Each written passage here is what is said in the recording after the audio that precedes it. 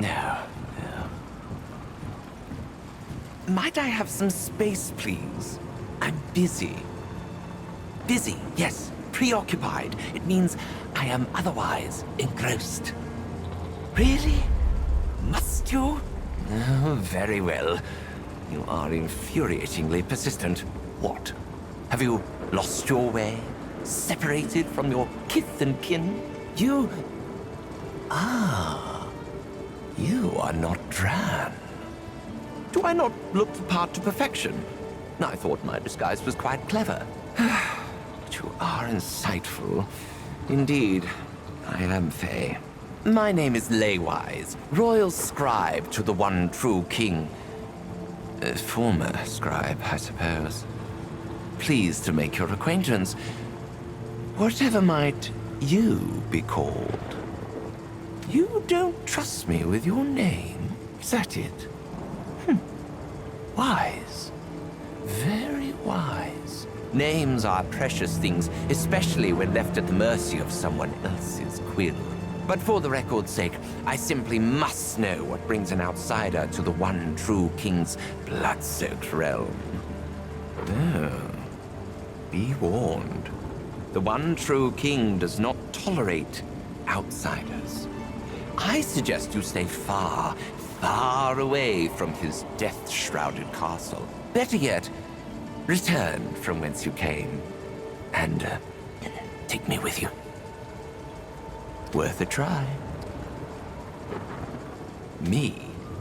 Craft something with my hands? Like the common rabble? I am a royal scribe, a master of words and wit, the stenographer, the very voice of the king. I see now. This is splendid. Yes, my clever disguise has fooled you thoroughly. As it happens, the Dran who once adorned these garments carried some supplies on his person, yes? I would happily give them to you. For a small, meager price. A lean compensation is all I request.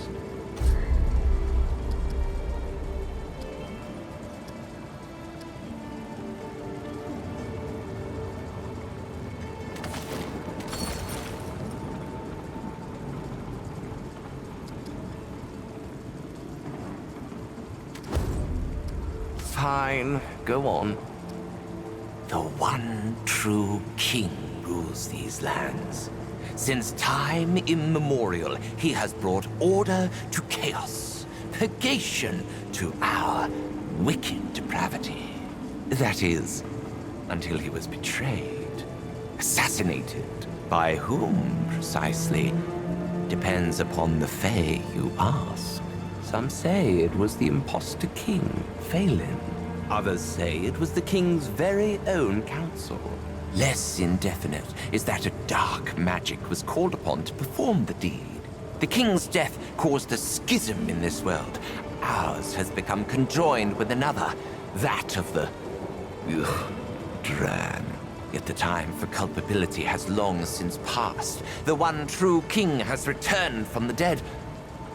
Or perhaps he was never truly dead to begin with. Why, I know who killed the king. There are a great many things a royal scribe comes to know.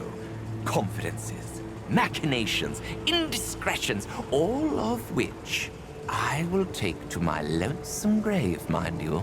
But that cognizance has, regrettably, left me in a precarious position, implicated me, so to speak. And now I cannot return. Me? But I don't know anything at all. Truly. Wherever would you get that idea? I'm but a lonely, mindless Dran. The one true king seeks vengeance upon the Fae, namely the naysayers who usurped him. Although he offers no inquisition on the matter, only the pike Yet he has taken a liking to the Dran. Docile, malleable, obedient. All things we Fae are, by and large, not. Thus, I dress like this. Let his pervading gaze not notice my lowly, negligible presence. Quite clever of me, really.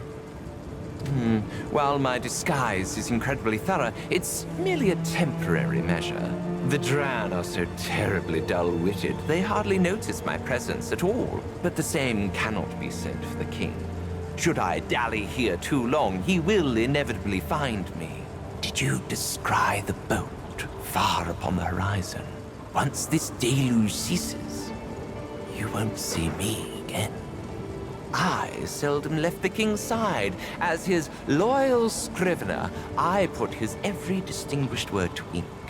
There was no one more dutiful nor loyal than I. Decrees, musings, secrets, all must be recorded for posterity's sake. Yes, well, I had little choice in the matter. Every member of his court is hand-selected. I was so very honored and humbled and deeply honored. And there's no refusing the one true king.